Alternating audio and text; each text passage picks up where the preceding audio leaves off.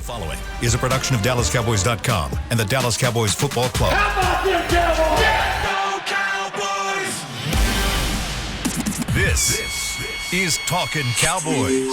Streaming live from the Dallas Cowboys World Headquarters at the Star in Frisco. First down. Handoff, Elliott plowing to the goal line. Barry, sacked by Lawrence. Prescott keeps it, and he bangs it in for the touchdown. And now your hosts, Isaiah Stanback, Heckma Harrison, Rob Phillips, and Kyle Yeomans. It is a wonderful Wednesday edition of Talkin Cowboys, presented by Tostitos, the official chip and the official dip of the Dallas Cowboys. Welcome in to the Star in Frisco. We're here for the next 45 minutes, breaking down the Cowboys and the Atlanta Falcons as the Broncos game, Week 9. We're done with it. We talked about it at the end of the show yesterday. Don't even mention it. It's done. Don't even mention it. It is done. Are we? I don't know. We're probably going to bring it up. Are the fans done with it? Yeah, probably not. I don't know. Everybody's hurt, man. That was a different kind of loss. You know, the kind that people will not put in the rearview mirror. And it just will. I mean, look, we just got to get to this Sunday to get this feeling behind us. You feel like that's going to happen this Sunday? Oh, heck yeah, we have to. Okay. I mean, we have to. It's one of those things where the tape isn't going to lie. These guys are seeing the effort, and just when you go back over it, it's just nasty. So I anticipate this Sunday at 12 o'clock, and those noon games have been a booger for us, man. Yeah. But, you know, I expect for these guys to do something to come in more energetic on Sunday at 12. I was pretty proud of Cowboys Nation Twitter on Sunday, Monday, Tuesday. The toxicity level was not what I expected. The venom was not what I expected coming out of that game. I think people had it in perspective. I think when you win 6 straight, maybe you're due. Yeah. Sunday, if that happens again, though, it's That toxicity is going to be right back at the high level? It would go atomic, yeah. One more time. It'll be atomic. Yeah, you could say that again. Welcome, Isaiah. Hello, good sir. How's it going, my friend? Good day, mate. Well, good day, mate. You had an early morning this morning. I saw it on your Instagram story. Always, sir. I was actually a late morning. Was it? Yeah. You got to sleep in a little bit? Sleep in today. I didn't have to wake up till 5:30 today. Wow. Yeah. I hate that. I hate even thinking about that. Yeah. I was on daddy duty, so the kids actually got up with me this morning. Oh, that's fun. Yeah, they love it actually. There you go. Every so often. Every so often. So we were talking about the toxicity of Cowboys Nation and how it wasn't at the atomic level yet, but if the Cowboys do lose this weekend, it would reach new heights, ultimately, on Twitter and social media and website. That's Dallas. Yeah? Yeah, that's the pressure that runs with it. That's what comes with being in Dallas. I could tell you from somebody who's been with some of the larger organizations in the NFL. That's Dallas. More so than New York, huh? Even more so than New York. Wow. Yeah. What about New England? New England, they're just supportive. All they do is win. So yeah, every organization in freaking Boston wins, seemingly. At least when I was playing. See, but I feel like that would ratchet up the pressure even more, though. No, I think they just have a confidence that everything's going to be okay. I mean, you got to remember, Cowboys fans have been waiting for championships for a very long time. That's a good point. The city of Boston hasn't had to wait that long. So when you make those kind of comparisons, the city of New York hasn't had to wait that long. Yeah. So they have more recent memories of things to grasp onto and hope to have, confidence to have versus the Cowboys. I feel like the Cowboys are like hype, and it's like hype, and so yeah. I think people are tired of that roller coaster. So I think they're hopeful, very, very hopeful. Cowboy fans know what a great team looks like, though. It's been a long time since they've had a champion, but True. I think that's why there's some perspective here. I think people know they're good.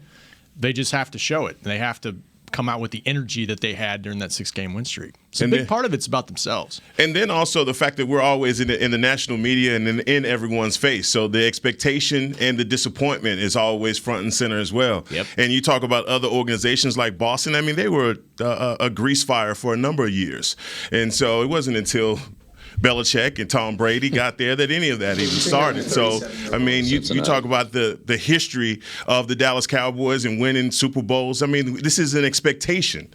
And so, even if the fan base sometimes, what really trips me out is how people perceive Cowboy fans as like these brats or, these people that feel as though each and every year is our year. Name a team that doesn't feel like that. Name a fan base that doesn't feel like their team should be number one every year, and I'll show you a loser. Can I say where it's accurate, though? Where? About the judging quarterback play in this town. I think that's the one where it's like there's no perspective there because they've been so fortunate, and there's franchises that don't have anywhere close to the fortune they've had finding quarterbacks, whether it's mid-round picks, undrafted guys, first-round picks, you name it. I wonder what percentage of Cowboys Nation, I think it's probably still pretty high, but how large of a percentage it is that realizes how lucky, and I mean straight up lucky, the Cowboys got with Dak Prescott replacing Tony Romo and that seamless transition in 2016 and how that happened. And then the fact that it is carried on all the way through 2021 and it'll continue through the rest of Dak Prescott's career. I mean, that transition could not have worked out any better for Cowboys fans. And it does bring up some bad memories for a lot of Cowboys fans as well, especially those that were really high on Tony Romo. But, I mean, having a franchise quarterback and then immediately replacing him with another franchise quarterback, it doesn't happen that often. But the Cowboys have had that great fortune over the last couple of years. Now, we keep talking about how this team is good, or they can still do something special, even though you did have an embarrassing loss. The first step in that is, like I said, putting it in the rearview mirror and then taking a step forward. And the Atlanta Falcons are that step forward this week.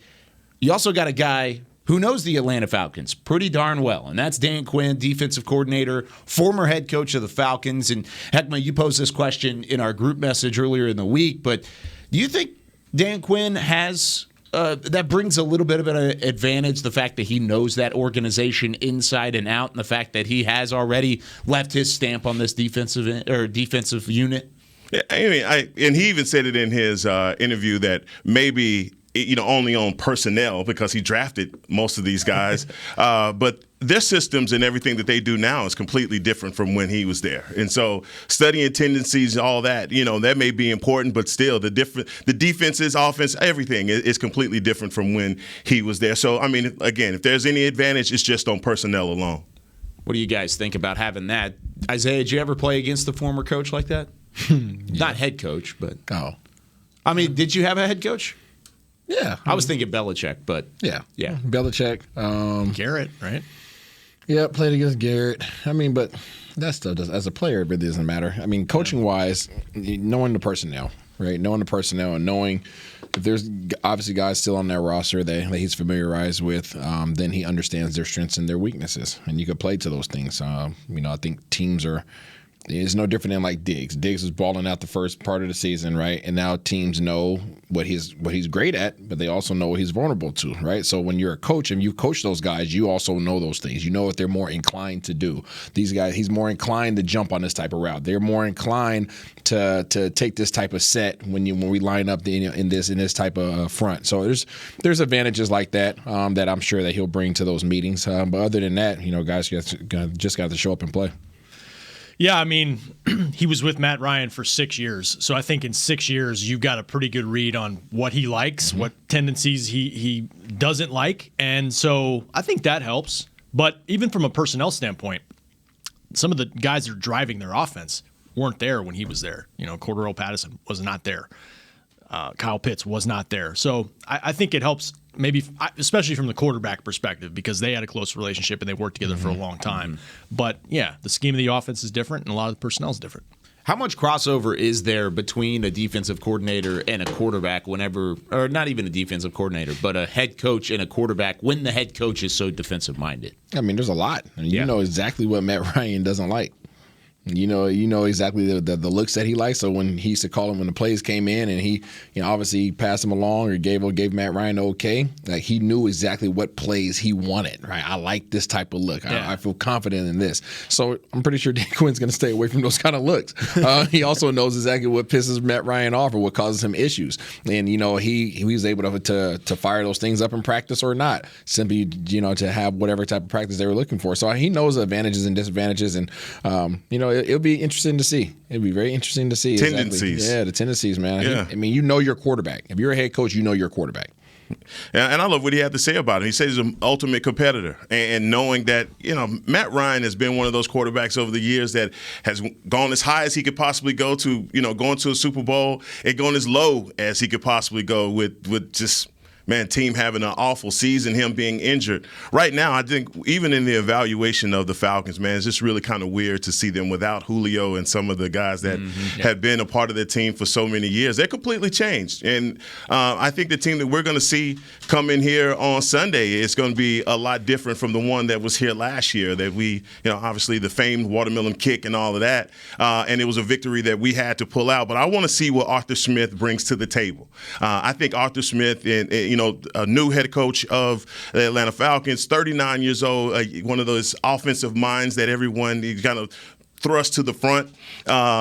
He had his success in Tennessee. That they went from Tennessee, they wanted to run the ball, play off of play action, and throw. And I think that's the same thing that they're doing here. The way that they're using Cordell Patterson, I think is very interesting. I've watched Cordell Patterson's career, and hell, I didn't know he was that kind of weapon. But they obviously saw something in him and what he does that they think, can lead this franchise. And right now, if the season ended right now, Atlanta would be in the playoffs, and that's hard to fathom for a lot of people.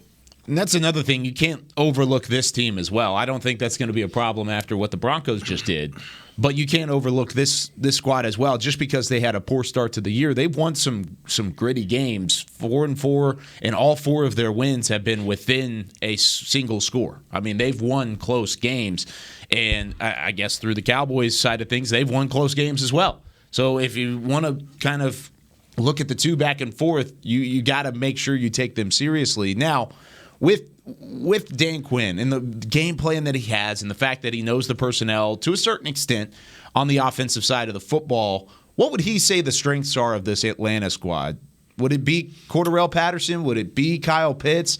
Is it the run game? What exactly is it specifically that Dan Quinn would try and take away? It's not the run game. They don't run it a lot, and they haven't run it with a ton of success either. I think they're getting 3.4 yards a carry. They're near the bottom of the league in attempts. It's Matt Ryan, and you guys watched it. I mean, they're kind of in the mismatch business, basically. They've got a running back who's not really a running back, and they've got a tight end who's not a tight end. They try to create mismatches with Cordell Patterson out of the backfield, line him up everywhere, and Kyle Pitts lines up everywhere and sometimes is getting the attention of the number one cornerback on the other team. So interested to see how the Cowboys handle both of those, because it's a pretty unique offense from a personnel standpoint. And Rob hit it right on the head. I mean, these guys they create mismatch nightmares. I mean, they create personnel nightmares for you. It's kind of incredible, the fact that Cordell, right? Cordell, like corduroy. Yeah. That's how I'm gonna remember it. Corduroy. Yeah, corduroy. If you call him that sometime throughout the week, I'm gonna laugh so hard. Yeah, it'll happen, I'm sure. No disrespect. But I mean, the fact that he can line up in the backfield and you have to treat him as a running back, but then he could literally widen out, and if you don't have the right personnel called on the defensive side of the ball, you're gonna put a linebacker on him or a safety on him. Either way, you lose. And he'll run a go route, too, on you. Yeah, either way, you lose. He's a receiver by trait. Yep. He's a returner by trait.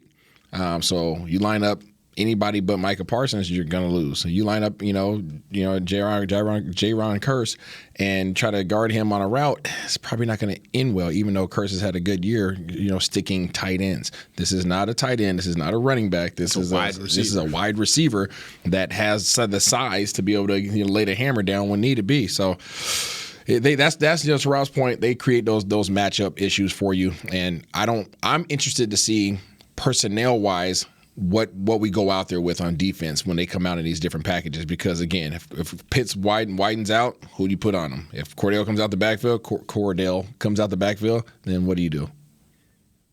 It's going to be an interesting thing to see for Dan Quinn. I think that he has the personnel to match up perfectly with these guys. I mean, Kyle Pitts is a tight end, slash receiver. Patterson in his career, right now he's looking good. He's done some pretty good things. And like we said last year when we were evaluating the Atlanta Falcons, even the Chrysler 300 looks like a Bentley. So I'm going to make sure that I stay with that because I feel like this defense has the leg up on the Falcons offense. And the reason being is we got to get back to getting pressure on the quarterback. We hadn't been able to do that. And I think, so much has been made of getting turnovers. What's going to happen when this defense doesn't get a turnover? We had one last game, but obviously a flag negated that. But we have to get back to that. That's what we do. Create those turnovers, create pressure, and make quarterbacks make bad decisions. And that's where Matt Ryan, I believe, is at his best in making those bad decisions. He's going to give you chances. He'll give you an opportunity to get the ball. But obviously with the deep crossers, and we're seeing those be a problem sometimes for Diggs, they're going to hit us with that. And they're going to try and put those mismatches together. But we have to understand, man, they're without Calvin Ridley. And Ridley took his absence because of mental health, and we wish him all the best. But still, I think that when you look at Russell Gage and our ability to play him with Lewis, I think those are matchups that our guys should look forward to because these are winnable for them. But Isaiah is right. When he's out of the backfield, when Patterson's coming out of the backfield, do you put Micah on him? Do you go with Jaron Kearse on him? I think there are things that you can do within your defense to make sure that he's not the one guy that beats you. Let's say that they're in, I guess, what would it be? 11 personnel, 3 wide receivers. You've got the running back, which is Cordarrelle Patterson in the backfield, and then you've got the one tight end in Kyle Pitts on the field, right? And you spread out Cordarrelle Patterson. He comes out of the backfield and he adds that fourth wide receiver look. So now you're in 1 personnel. What's the difference from really any other team just putting 4 wide receivers with a tight end? It's what they initially come out in. Okay. So you initially come out with 3 receivers. So guess what? You put 3 DBs out there. Right? You put 3 cornerbacks out there, right? And nickel. Now all of a sudden he comes out the backfield. Now who bumps out? Your linebacker, right? So it's all about the personnel that they come out and line up with. That's how they create those mismatch. That's how they mess you up because they can come out in 12 personnel. Yep. They can come out in 12 personnel, or 1 running back, 2 tight ends, and 2 wide receivers. Well, all of a sudden now you're in your base defense, and now you got this dude who comes out the backfield, and you're like, oh crap.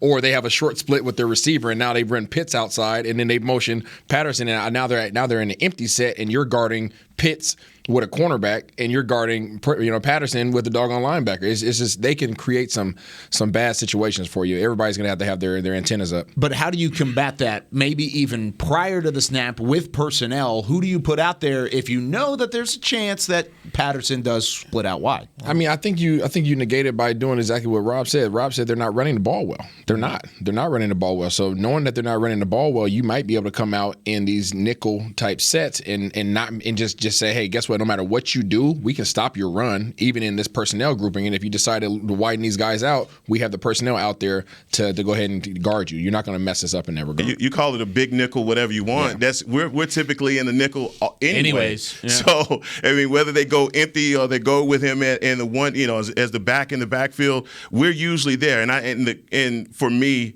again, going back to our strong safety, it's Jaron Kearse. Jaron Kearse is the link in this game, or most of the games, when they go to an empty set where he's having to make plays or he's isolated with the tight end. We still have to talk about Hayden Hurst. I mean, we're looking at other pieces, but Hayden Hurst is also a weapon for them as well. So, I mean. And Zacchaeus, that dude is coming along strong, so you better respect him as well. What do you have, 2 or 3 touchdowns this week? He's balling. Yeah. He's balling. And he's playing more without Ridley. Yes.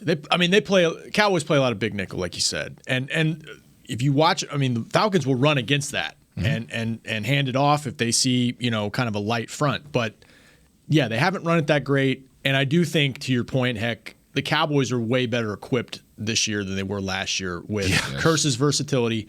Parsons' speed back there. They've just got more versatility. They just didn't play well last week. I mean, Quinn said they missed 14 tackles.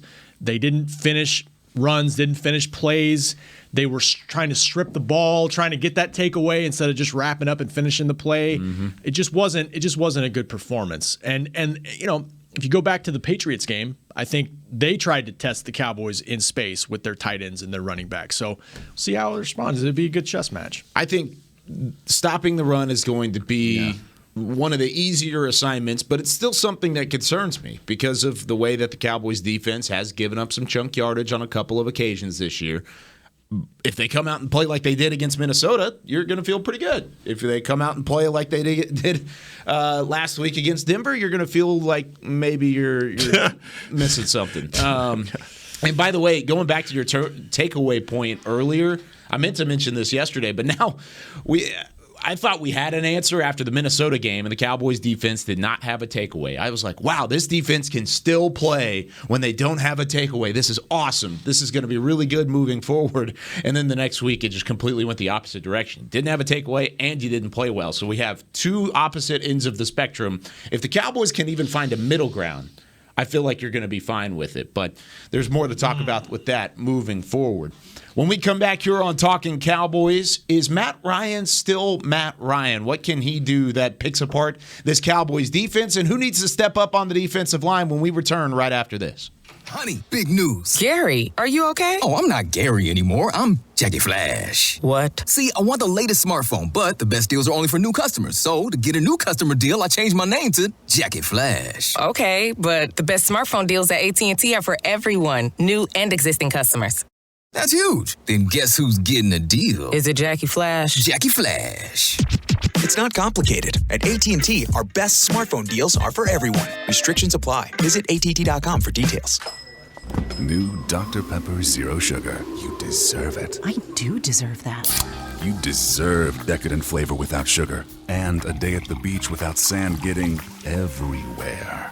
And a relaxing bath that your children don't interrupt. I deserve all that? It's really just a visual metaphor for Dr. Pepper Zero Sugar. Everything you want, nothing you don't. A visual metaphor on the radio. I do deserve that. Dr. Pepper Zero Sugar. The zero you deserve is finally here. Before there was a draft, you could size up a cowboy by three simple factors: the crease in his hat, the bend of his brim, and his unbending attitude. A man Stetson didn't just protect him from what life threw at him, it projected a rugged, unstoppable spirit. Stetson hats are still American-made with pride right here in Texas. They're still the unofficial crown of all self-respecting cowboys, and Stetson is proud to be on the field with America's team. Find a retailer nearest you at stetson.com/cowboys. There's nothing as unique as our eyes, which is why Essilor pioneers ways to make lenses as unique as you. Verilux for super sharp vision, Essential Blue for protection, and Crizal for freedom from glare. 3 cutting-edge solutions in a single unique lens. So whatever your needs, insist on Essilor. Visit your local Essilor experts and find the perfect lens for you. See more, do more, Essilor. Back to Talkin' Cowboys. It's a great people, great pay replay here at Talkin' Cowboys because Jason Witten, he's done it. He has joined the Caliber Collision team. You can join him to do great work with great people for great pay. Apply now at jobs@caliber.com. That is jobs@caliber.com.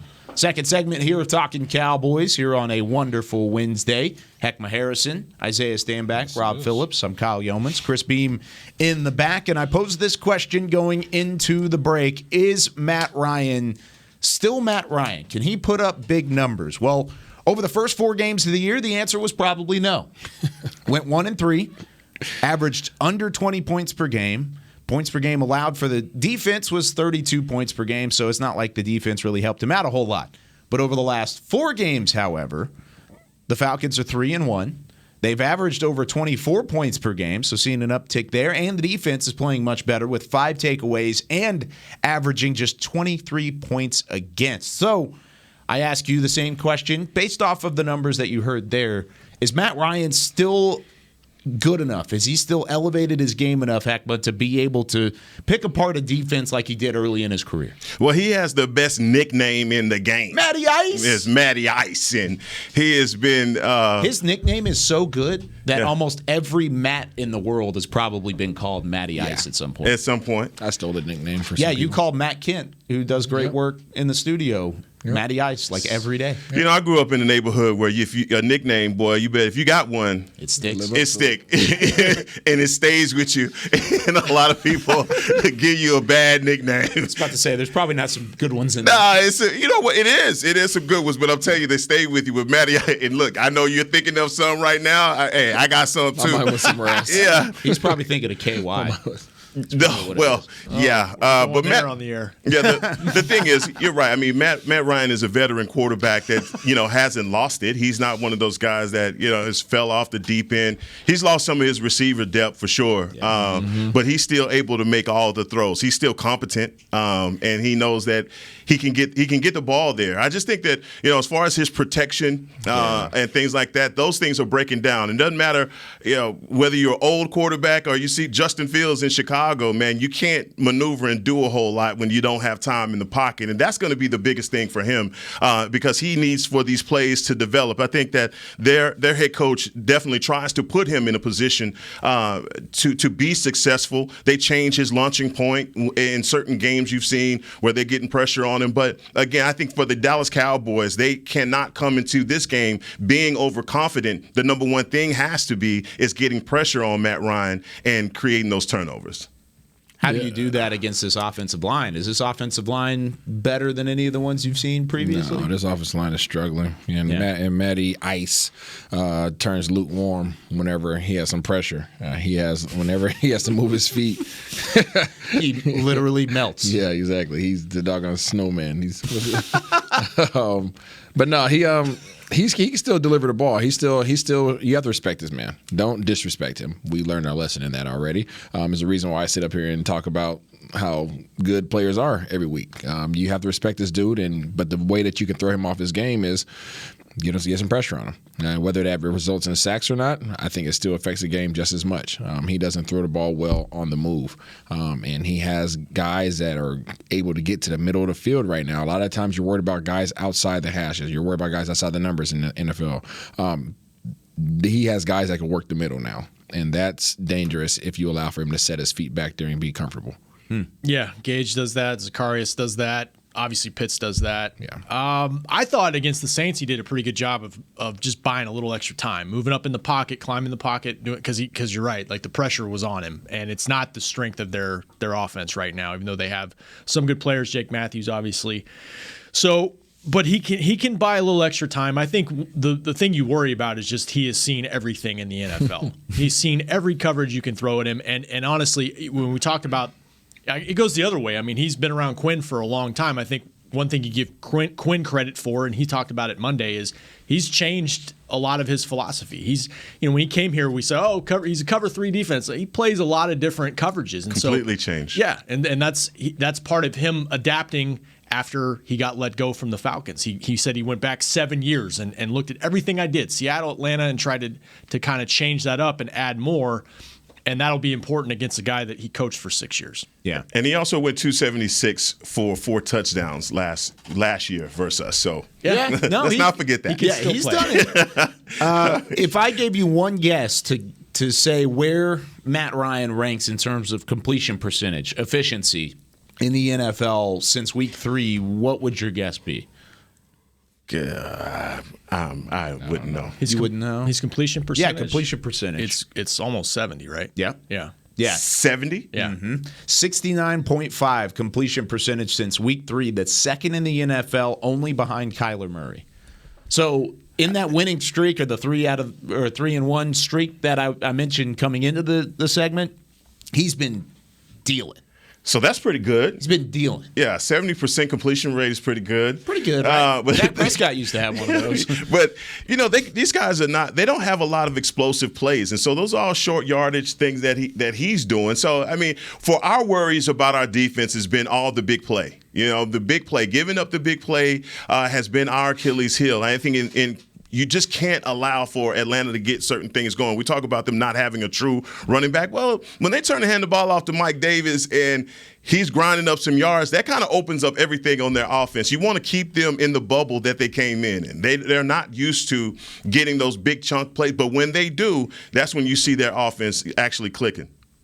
Also, I forgot about this whenever we're talking about this offense and the potential of linebackers having to cover tight ends and having to cover Cordarrelle Patterson. Kyle Pitts and Micah Parsons played against each other in high school. They were high school rivals and both on the All-State team in high school in Pennsylvania. So something interesting to think about. Is there breaking news over there? No, I'm just looking at some of these stats. My guy, GMAT sends out emails that helps us out. And the last 4 games, these guys have a 75% winning percentage. They're averaging 24 points a game. We're not going to talk about the defense right now, but they're scoring more than they are allowing right now, and these boys are picking it up. So as you talk about Matt Ryan and his completion percentage over these last 3-4 games, that's why. Right, they're figuring it out. They're figuring out their personnel. And it's complimentary football too. It's complimentary football for sure. I mean, but one of your favorite human beings in the world in this past draft was Kyle Pitts. There's no secret about that. And in the first 3 or 4 games, they didn't know how to utilize him. They didn't know how to incorporate him into their offense. Guess what? Ding ding ding. They figured it out. So now all of a sudden they figured that out, and now they're starting. Him and Matt Ryan are starting to get that symmetry and that chemistry, and it's starting to result in W's for them. So. They've had some feel-good games. I mean, and I love, the schedule that they have. Wins against the Giants, lost to the Washington football team. They beat the Jets. They beat the Dolphins. They lost against the Panthers. Are you saying it was the same thing as last week? Same thing last week. Against Denver. Denver's wins were against teams that were not good. But if we have to play a Denver every week, I think you'll be okay with that. I was just addressing your point in terms of their feel good wins. Denver, their feel good wins was all their win columns as well. So that right there, I wouldn't look at that more so. I would more so look at the aspect that these guys are starting to figure out how to utilize their personnel, how to incorporate their offense. Patterson he's everywhere now. In the first couple of games, they had an idea what they wanted to do with him. Now they know exactly how to utilize him. Saints had 2 losses going into last week as well, and Atlanta came out and smacked them in the mouth. I mean, they got up early, and boy, did they almost collapse again late. But the fact that they got up so big on New Orleans was pretty impressive. Yeah, and this Zacchaeus cat, I know his stats aren't like jumping off the screen. Watch him. Mm-hmm. Please watch him. Please watch him. Robinson put us all on notice now. So we the guy that comes in, we're not expecting. Now the fifth Patrick. guy, the fifth guy on the roster, we better watch out for. I mean, I agree. I mean, these guys do some good things, and like you said, the respect level has to be there. But when I look at their schedule and some of their wins, and even going back to that Saints game, they tried to give that game up. They really tried to give that game up. So. This is going to be an interesting matchup. You're right. They haven't beaten a bunch of playoff teams. If you go into New Orleans and win, though, I'm impressed. Yeah. That's the Cowboys, whether they had a starting quarterback in there or not, I think that's an impressive win. Division game for sure. How much of this do you think you guys think is just about just getting back to playing the way they play defensively? I mean, Dan Quinn kept talking over and over about that on Monday. He said, I think just remembering what that relentless nature of going and finishing can feel like and look like and what you've seen from that defense, we've got to capture that. Every time you go, it's got to be that way.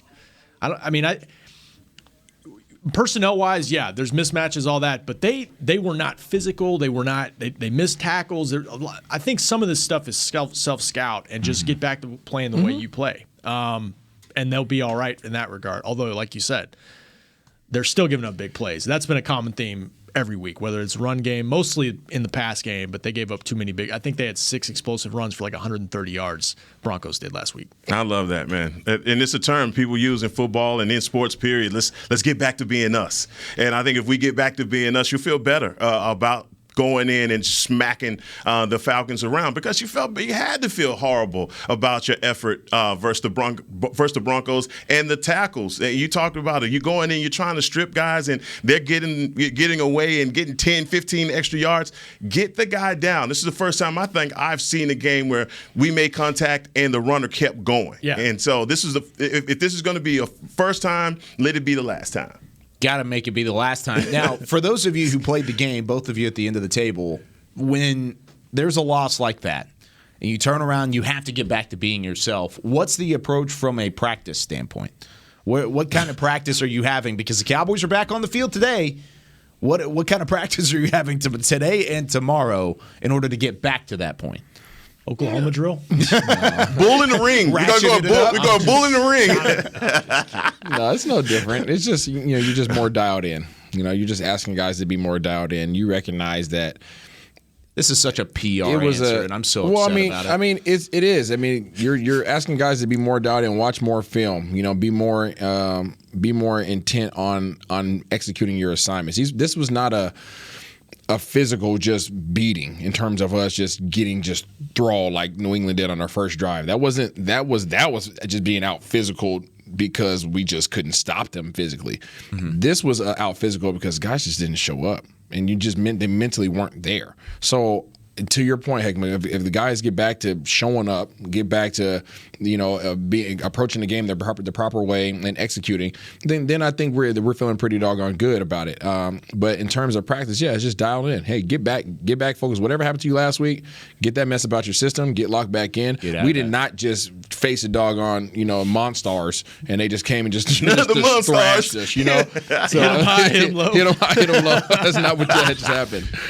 No, and being in this building, man, and having the opportunity to speak with guys like Nate Newton, that and you talk to Nate, and then being coached by Jimmy Johnson, their whole mentality on those teams were completely different. Now with the players not hitting through the week, they were having live hitting sessions through the week. So when they got to the game, there was no such thing as guys not putting in the effort because guys were always worried about their job under Jimmy. And so, I love having those conversations with guys that have done it at a high level, that's been there, that understand that, look, man, right now these guys, and you even say it all the time, man, this is cupcake. I would love to be a part of this training regimen of what they're doing during the week. And so having a lit down game like this and guys knowing that, look, they didn't get to this level by accident. So, going back to what made them professional athletes is going to be important, and tackling is just a part of it.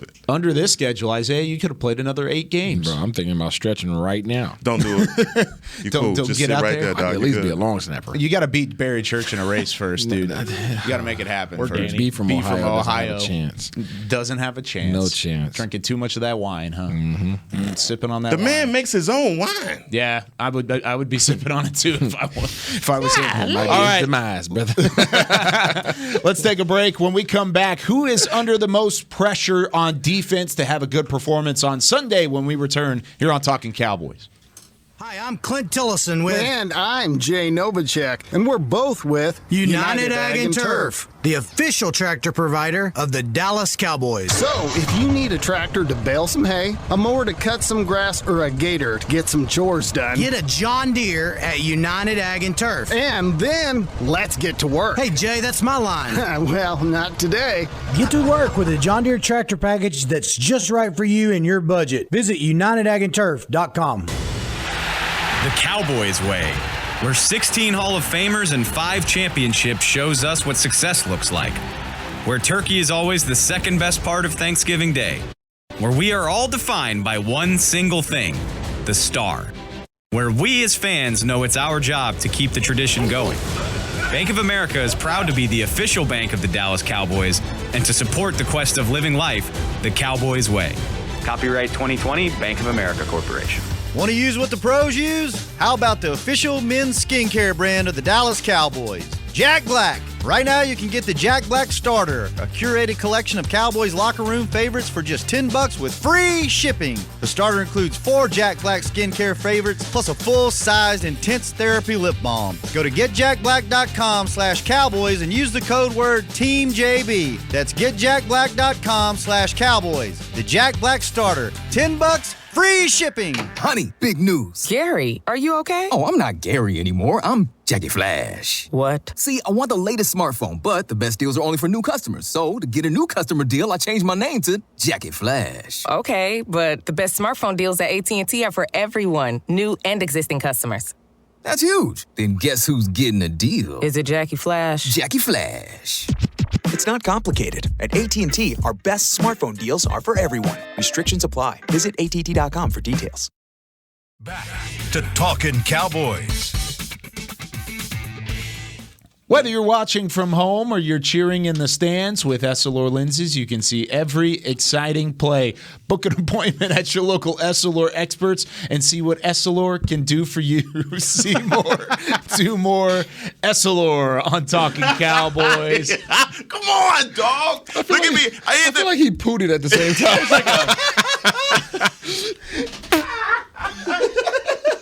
Burp. I didn't make it through that one. You got to have some like fluidity with the wrist. Come on, man. Just holding it in. I did the best I could. Y'all don't want me to do it. I'm using too much palm. You definitely, you got the fingers I'm right. too palmy. Come on, man. I can't get that. That was like a punch, though. That was like a Super Mario punch. It was too tight. It was uptight. Chris Beam is coming in with further review. First of all, I know you like to watch tape. Go watch the tape. Get better. Whoa! Wow. Hey, that's a true friend. That's accountability. You know what? You need those kind of friends, Heckman. But here's the thing is, when you flicked it, it's okay. All right. You left your hand out there a little long. Is that right? He got game style. A little long. Am I right? Heck, 11 basketball, Isaiah? sorry. Yeah, 11 basketball, left the hand up. Yep. A little long. Kept the hand too much. Cookie jar. You have to say the last line. Oh, okay. Man, I got caught up in the whole thing, man. You know what? Y'all want to just start it over? No, we don't. You're gonna get a FedEx letter from Essilor. They're gonna find you. They're gonna find you. I'll be better. They're gonna repo his glasses. I'll be better, Essilor. I'm sorry. All right, final segment here of Talking Cowboys, and guess what, Heckma? How about y'all fix this, bitch? Yeah, how about that, Dez? Fix this. What a moment. Heckma, you won't have to do the read. You'll say the read the next 2 nights or next 2 mornings. Why is that? Because you're hosting the next 2 days. Woo! I'm out for Thursday and Friday, so you guys can join. Just leaving us, huh? Yeah. I am. Big time. Just for 2 days. But I will be back on Sunday for all the other fellas game day coverage. Fellas, we're going to be off the chain. Yeah? Off Thursday. the chain. No chain. No chain. No chain. Just the pendant. Hey, who was that guy that played first base for the Yankees a long time ago? I can't remember. Jason Giambi? No. Who? No. Was it Wally Pipp? It was Wally Pipp. That's okay. That's fair. If Heckman wants my job, he can have it. Nah, nobody wants your job. Exactly. Back off. Can't nobody out Kyle. Yeah. 911. Yeah. Let's calling go. that 911. All right, final couple minutes here.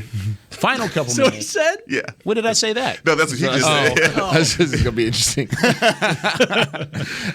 Who is under the most pressure on the Cowboys defense to have a better performance on Sunday? Who would you say? Would you say it's a specific player, specific unit? It doesn't matter, but who has the biggest pressure on them moving into Sunday, Rob? I mean, this is a cop-out, but I think it's everybody. I don't think any level of defense went well Sunday. I mean, you could point out specific guys and say Micah played well, especially in the pass rush game.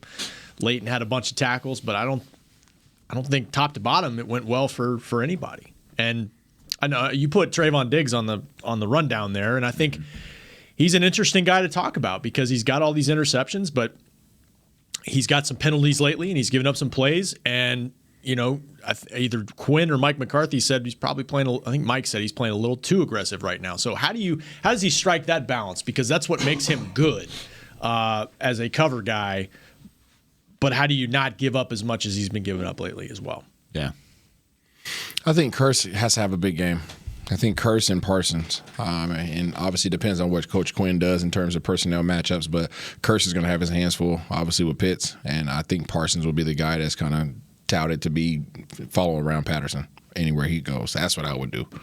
Do you think Curse and his ability to cover Jared Cook back in week 2 and kind of having that even remotely translates to what Kyle Pitts can do? Because I'm thinking of big athletic tight ends, and Kyle Pitts is a different animal than Jared Cook. But Jared Cook's right up there, at least in terms of the guys he's faced. Jared Cook was tripping over himself. What is your deal with Jared Cook? I don't have an issue. Watch the film. Watch the film. I mean, he's an older. He's an older. He's got an axe to grind with certain players. I don't. Jared Cook is not a route runner. What did he do against you? Jared Cook's not a route runner. Did he out-rep you in the weight room? What happened, man? Listen, I don't have any. People who are stronger than me, you can have it. Listen, messing up. I did everything I needed to do. What was the comparison you made to Juggernaut? Yeah. He's Jericho's a juggernaut. He's top heavy. He's top. I mean, you go back to Jalen. I think Jalen Smith was trying to cover him, right, and some other stuff. Anyways, he's not a route runner. Kyle Pitts is a route runner. I mean, you think about the tight ends that we faced this year. Yeah, Gronkowski week 1, he ate. He ate a whole plate. Thanksgiving came back for seconds, actually. Who else did we face that was a beast of a tight end? Gronk. I'm saying, aside from Gronk. Not really. Yeah, we haven't faced one. So that's what I'm saying. Curse is the next most challenging guy from the Giants, but he's kind of off his thing. But you know what? I think I agree with you. Ends. Yeah, I was thinking Patriots. Yes, the Patriots. The Patriots. Yes. Those guys. Good talk. Yeah, those guys are good. It's really good. So yeah, that's the next group that I would say put in that category. And those guys are kind of a dual threat. This is the guy for them. But I agree with both of you. I just want to say I agree with both of you to that regard and not taking the easy way out, that everybody has to play better on defense. But you're right about Curse. Curse is leading the team right now in tackles. Fact check me on that, Chris Beam, but I believe he is. And if he finishes the season leading this team in tackle, it'll be the first time that a free safety or safety has led the team in tackle since B from Ohio. Wow. Who had 110 tackles. So, I mean, he's a guy that's an integral part of what we do. But you're right, man. He has his hands full on defense, especially versus Kyle Pitts. But I believe this. Randy Gregory has to get that motor going, bash him. Our edge guys have got to continue to put pressure on Matt Ryan because, like you said, the offensive line is compromised, and we know that Matt Ryan will give you opportunities. And in the run game, too, edge containment was a problem. They bounce a lot of stuff outside. They got beat in the middle, interior, too, in the run game, too. So I'd say just that front 4, 5, whatever you want to call it, for sure. I wonder, is this a matchup for Diggs, though, against Kyle Pitts? Do you think they need – I'm just watching it back. Xavier Howard was covering Kyle Pitts at times. So – I don't know. It'd be interesting. Kyle Pitts also had that didn't end well. Yeah, no, Kyle Pitts had 9 for 119. It was 7 for 163 in that game. And there were some pass interferences there too. Yeah, so, that was not a And good by the matchup. way, Micah Parsons now leads the team in tackles. That's why I said you'll fact check. I know it was coming. Well, Curse is right there, though. It's by 1 tackle. There you go. So it's 52-51. I knew it was coming. So. I'll be on my ride home. You were wrong. Get a call from Chris. I will get it. Yes. Oh man. This is where Heckman messed up. Well, that's it for us here on Talking Cowboys. What's coming up tomorrow? You previewing Cowboys offense? Cowboys. We're going to talk about Dak. Getting that calf back. Michael Gallup back in the fold. Yes. Off the chain tomorrow. No chains allowed in studio. No chains. Don't bring you one gold chain tomorrow, man. No chain. I don't wear any necklaces. I have eczema. Thanks. Oh, okay, yeah. So no chain is right up your alley. This is great. All right, for Chris Beam in the back, Rob Phillips, Isaiah Stanback, Heckma Harrison, I'm Kyle Yeoman saying so long. We'll see you tomorrow on Talking Cowboys. This has been a production of DallasCowboys.com and the Dallas Cowboys Football Club. How about this, Cowboys? Yeah!